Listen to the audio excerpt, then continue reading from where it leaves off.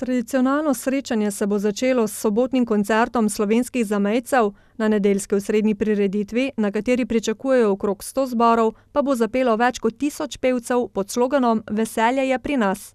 Ta tabor, ki je 48 po vrsti, ima gotovo veliko tradicijo za ljudsko pesem, za naše pevce, ki redno prihajajo k nam v velikem številu.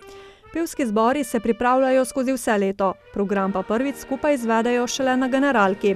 So še izostrili to kvaliteto, ki je prav gotovo iščemo tudi na takem skupu. Osrednja prireditev bo potekala v 2 sklopih. Prvi bo govoril o vojni, za katero so izbrali precej žalostne ljudske pesmi.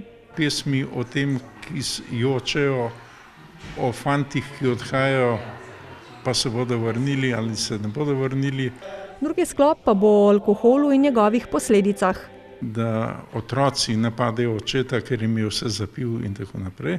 Zaplesala bo tudi folklorna skupina, kot popestritev pa bo program izveden kot spevoigra ob spremljavi policijskega orkestra.